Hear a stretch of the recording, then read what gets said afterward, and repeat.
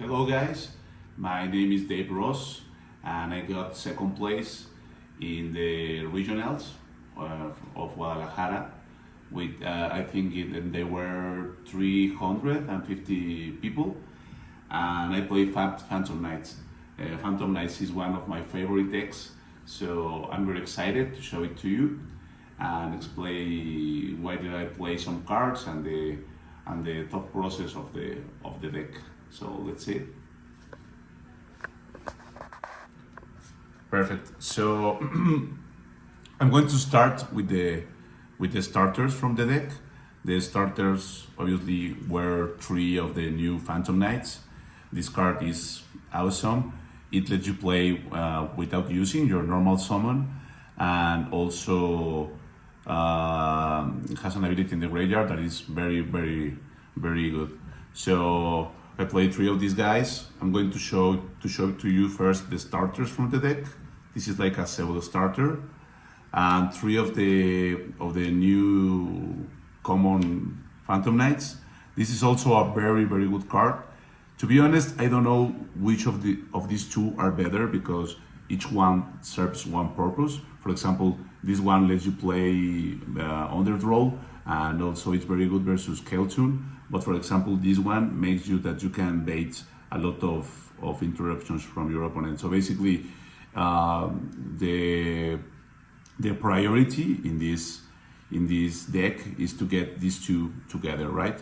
If you get this one, these 2, this one will be the priority to summon first, and then this one. But it depends, because sometimes it's better to go for this one. I'm going to explain after this in which moments is that. And then these are the bricks of the deck. I play 3 boots. Let me get this. Let me put this aside. Oh, I forgot to explain the scales. Sorry. I only play 1 scales.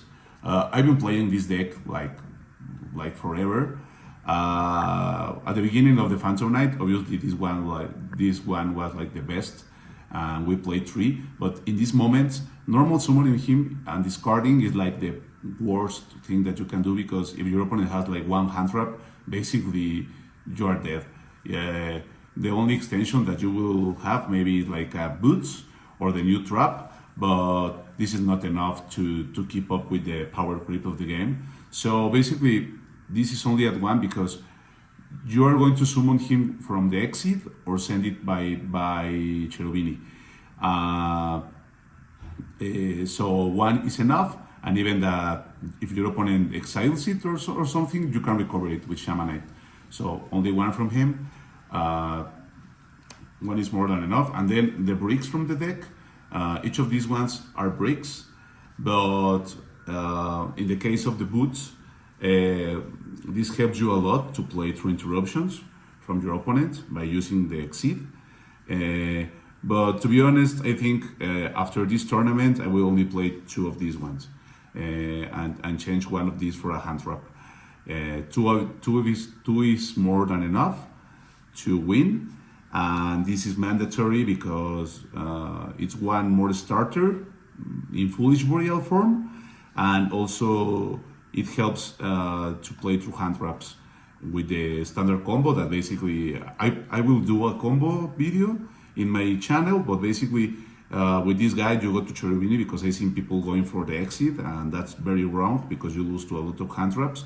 So you have to send this guy and then search for the new guy and start playing very nice. And at the end, the globes basically is to have another reborn into the deck, but surprisingly during the tournament, the effect to give 1000 attack to an exceed, it came up like a bunch of times, and it was very good. You can do a Typhon with 3900 attack, or you can give your Rebellion more attack and attack for 5000 attack or more, right? So this guy is mandatory. In the versions that you play Orcust, this guy isn't needed because Wings isn't into the deck, but in this deck you have to play him, right? So these are the starters of the deck. Also, you can say that this one is a starter This is a starter and also an extender if your opponent stops you, so very good, Foolish Burial. From the rank ups, that they are also a brick. I play the two of them. This one is the new one. It's very good. This card, it's a little complicated because the effect is like a little complex. But basically, this lets you do an OTK only with itself.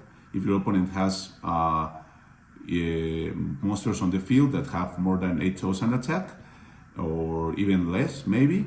And this one is the star of the deck at this moment. Like, this is the only card that makes the deck like very good because because you can go to Ophion, and Ophion like basically gives you the game versus a lot of decks. For example, Roulette, for example, Keltune, Branded. All of those decks lose to this card. Well, Ophion. So you have to play it when the new Rebellion card comes out. Obviously, you are not going to play this one because it's a brick.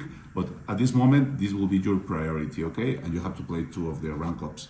And the other bricks of the deck, because the brick has a lot of them, are the traps. I played two Fogblade, one Ombrage Veil, one Wings. Wings, it's very important, but not for the reasons that people always say. That is because the destruction of the protection destruction effect, but it's because you can revive another Phantom Knight, and that's very important into the deck. So you only do that. Don't do the other searching thing to protect. I'm going to explain to you how you can protect your Ophion and your Rebellion. This one, it's very good versus Keltune. You can put in defense mode the back-to-back and kill it because it has 0 defense. So you activate this, put in defense, and attack her, and continue your plays. And two for play because you always send one and exile it and banish it, and you get one set. Also, this card is very good because you can stop the Black Chaos, because Black Chaos is only unaffected by activated effects, and this one is a continuous effect. So this is one of the few cards in the game that can stop Black Chaos, okay? So you always, when you play versus Roulette, you need to always have one of these to stop that guy, okay? That's very important.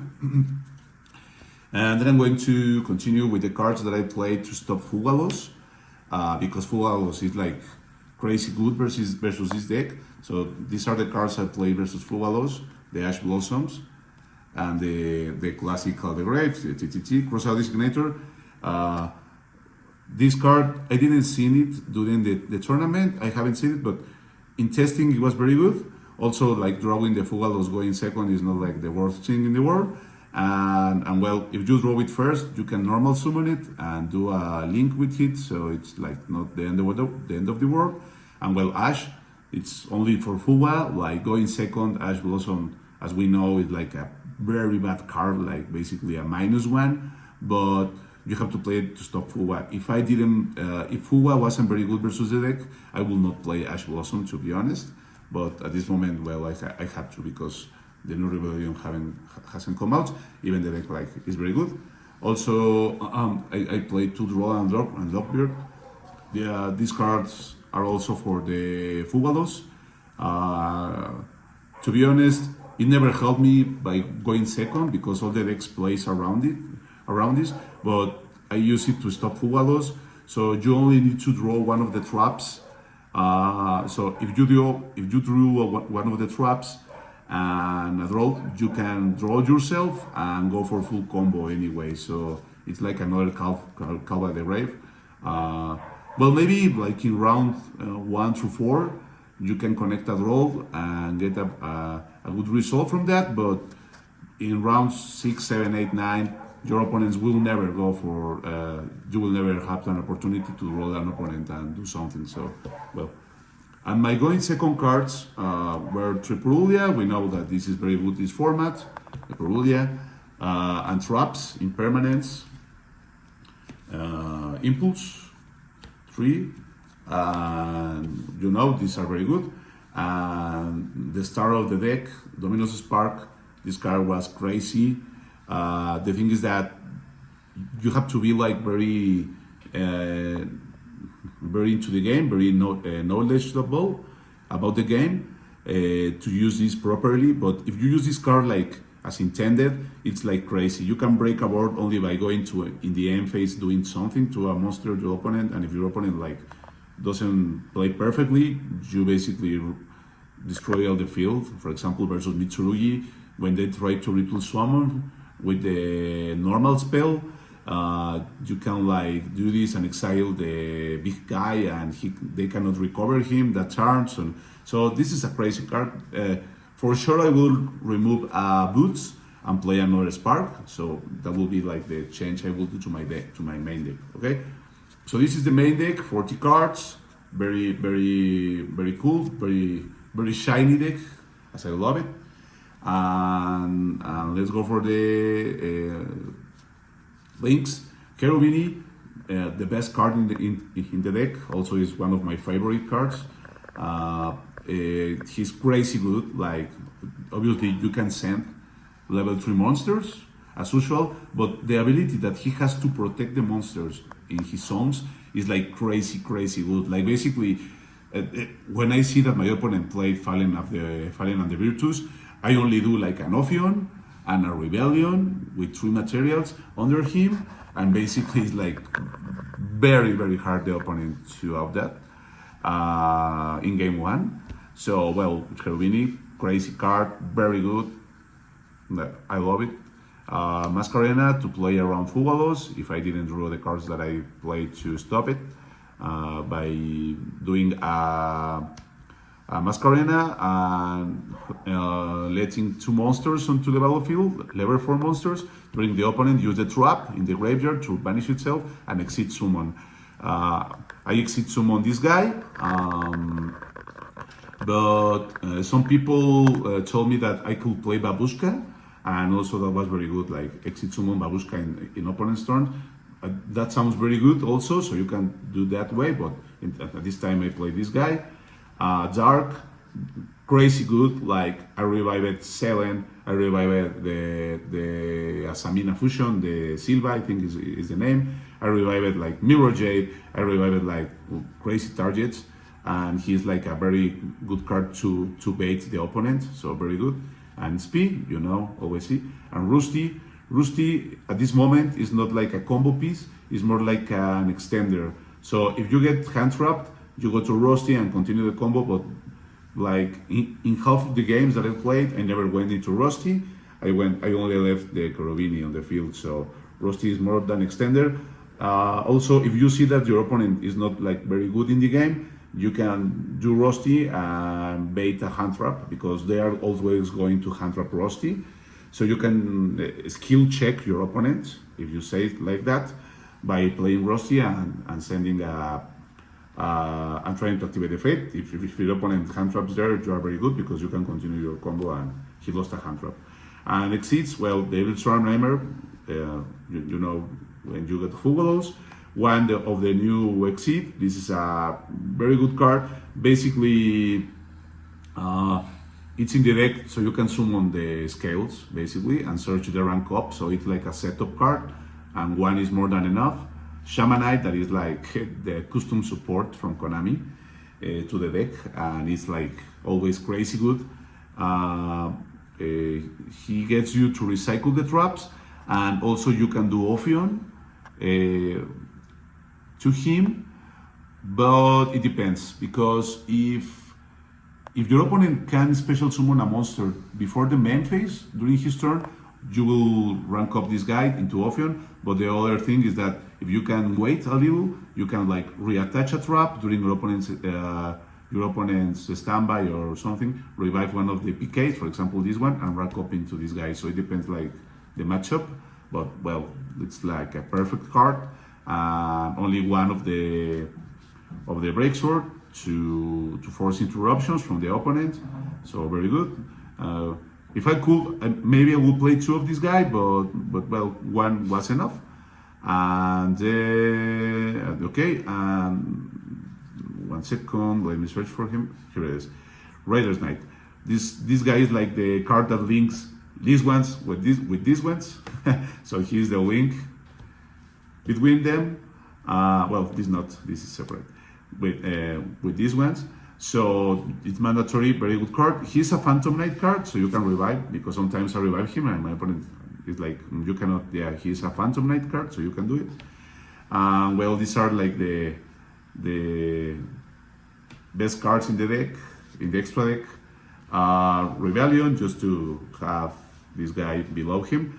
But sometimes it's very good, the ability to cut in half the attack from an opponent monsters, because this deck always win by OTKing the opponent. One Punch Man deck, I will say. And this guy is the three negations, because he can negate 3 times. It's not once per turn, so it only needs to have the dragon below him. So crazy card by going first, and the most amazing card in the deck, the One Punch Man Dragon, or Rebellion Arc Dragon. This guy makes that the opponent always have a fear to be UTK'd, even that he has like a monster with 10,000 attacks on the field. You summon him, hit detection material, and gain attack. So basically, the way that I do like the math with this guy is basically I count all the attack on the battlefield at that moment, and if I see that there is more than 8,000 on the field, then I choose the monster with the less attack, and then I summon the difference. So that's the way you can do the math and go for the attack and win at that moment. You can do this guy with one card, with the new rank up. So basically, you just have to bait the opponent out, bait it, and at the end, when he doesn't have any more interruptions, go for this guy, attack for the game. So crazy good card, very good, and well, Sky Crisis, he's very good in this deck. You can do it during the opponent's turn with the trap, and also you can get it to 3,900 attack with the gloves. So very good.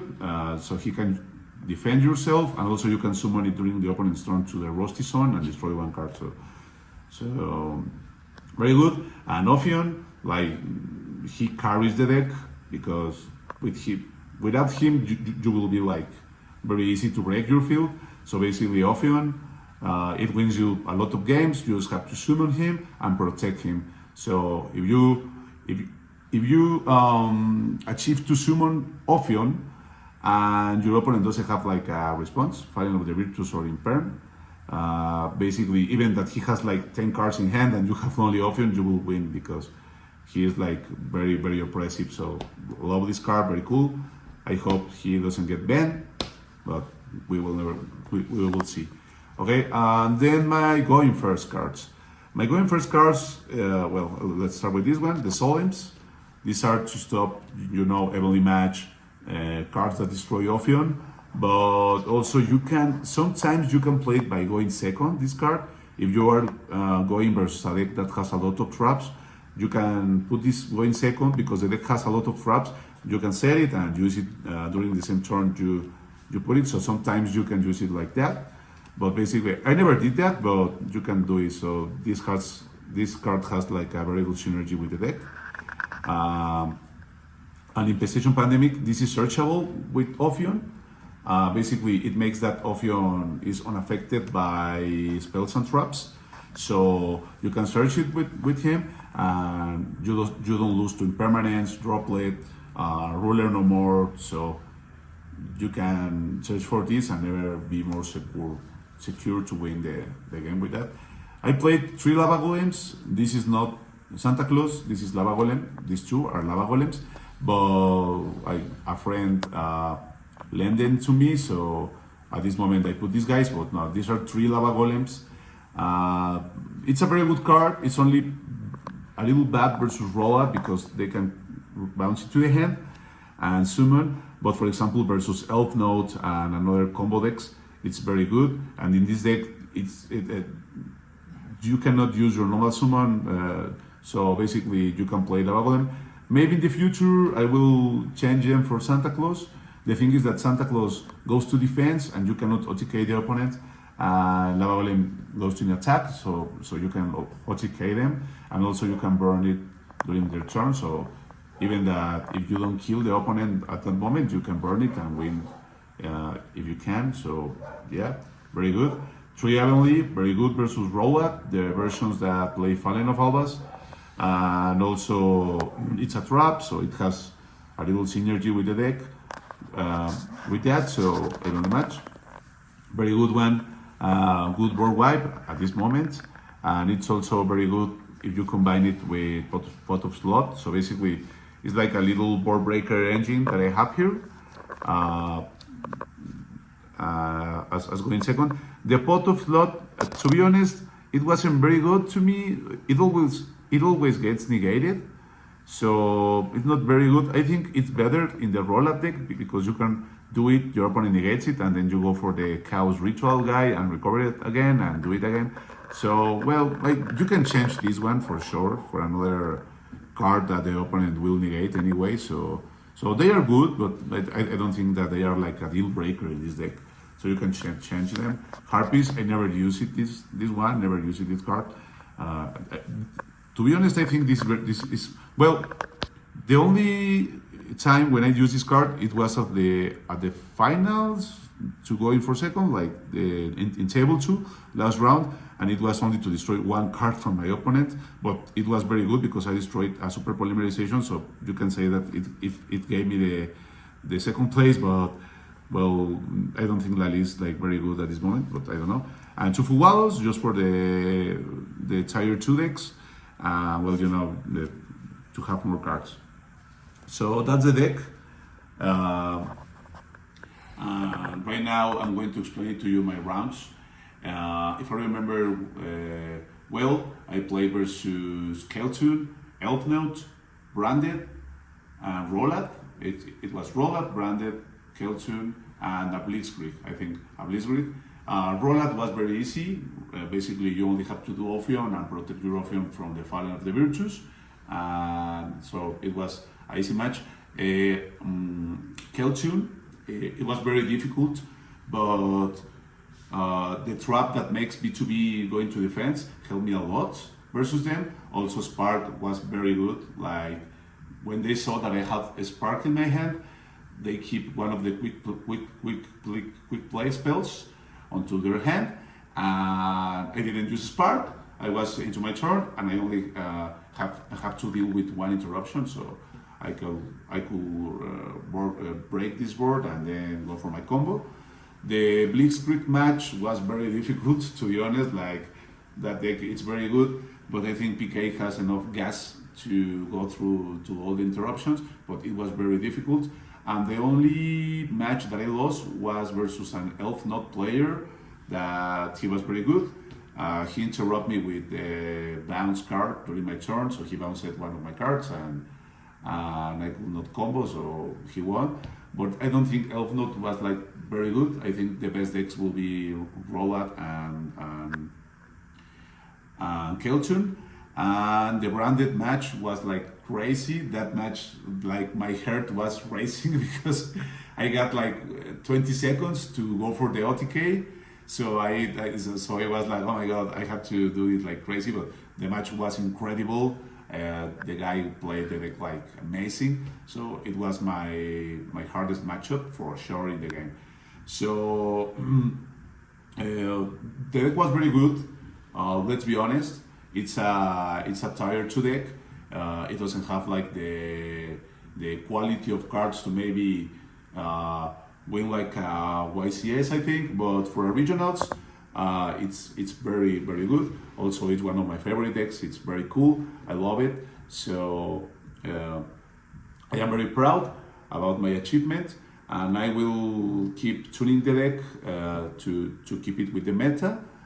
And at the end, well, I just want you to thank you for looking at this long profile. Sorry for my broken English. I'm doing my best. I'm going to give a shout out to my YouTube channel. It's in Spanish, but maybe you could like it. It's Dave Ross TCG. And I also have a podcast that is called YugiCast, so you can look at me there. So thank you guys. Have a nice one and see you later.